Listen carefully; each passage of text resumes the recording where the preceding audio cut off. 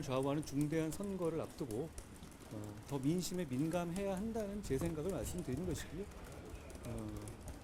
국민들께서 이런 소모적인 정쟁으로 총선 이렇게 앞에서 다른 이슈보다 이런 거에 관심을 많이 갖고 계시기 때문에 그 부분을 정리해야 된다는 필요성을 많이 말씀드린 겁니다. 제가 말씀드린 입장에는 변함이 없습니다. 뭐 일각에서는 뭐 4천 프레임을 또 갖다가 씌우고 그러던데요. 지역구 254명의 비례 명단 중에서 단 한 명이라도 제가 추천한 사람이 없습니다. 제 친분을 가지고 들어간 사람도 없을 겁니다. 만약에 비슷하다면 그런 소문이라도 났겠죠.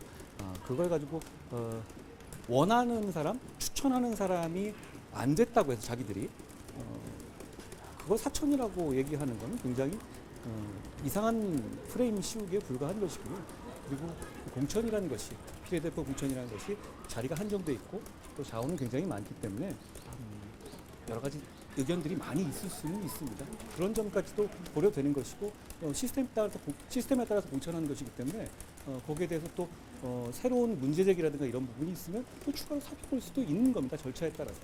뭐 그걸 어떤 특정한 그런 제 개인적인 어떤 생각이라든가 이런 게 개입될 여지가 전혀 없잖아요. 그러니까 사천이라고 말하는 건 무슨 얘기 같고요.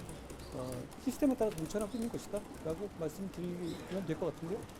호남에 대해서는 저희가 비대위에 또 박은식, 김경유나 또 한지아나 이런 호남 출신들의 유능한 사람들을 많이 기용했고요. 그리고 비례대표 명단도 보시면 제가 아까 잠깐 저는 뭐 상세한 내용은 제가 짜는 건 아니니까 보고받은 거 봐서는 호남 출신의 인사들이 상당히 포함된 걸로 저는 알고 있습니다.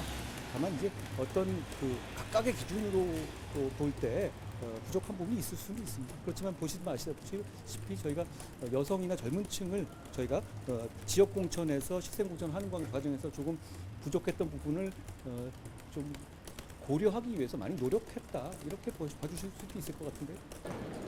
총선 승리라는 것은 한마디로 수도권에서의 승리입니다. 그런데 최근 들어서 수도권 민심이 아주 심각할 정도로 위반되고 있습니다. 그 원인이 뭐냐? 최근에 두 사건이 물론 여러 가지 억울한 점이 있습니다. 이종섭 대사 억울합니다. 황상무서 억울합니다. 그러나 정말 우리가 공천 과정에서도 과거에 그 몇 년 전에 발언을 소환해가지고 그분들한테 억울함을 안겨주면서까지 공천을 바꾸지 않았습니까? 정말 억울한 상황이 있어도 정치라는 것은 기본적으로 인식의 게임입니다. 진실하고는 다릅니다. 정치하는 건 진실과 진실 밖에 쌓인 인식을 가지고 싸움을 하는 건데 현재 국민분들, 수도권 민심의 인식이 너무너무 심각하다. 그래서 한마디로 참 골달해야 된다라고 아침에 이제 그런 글을 썼습니다.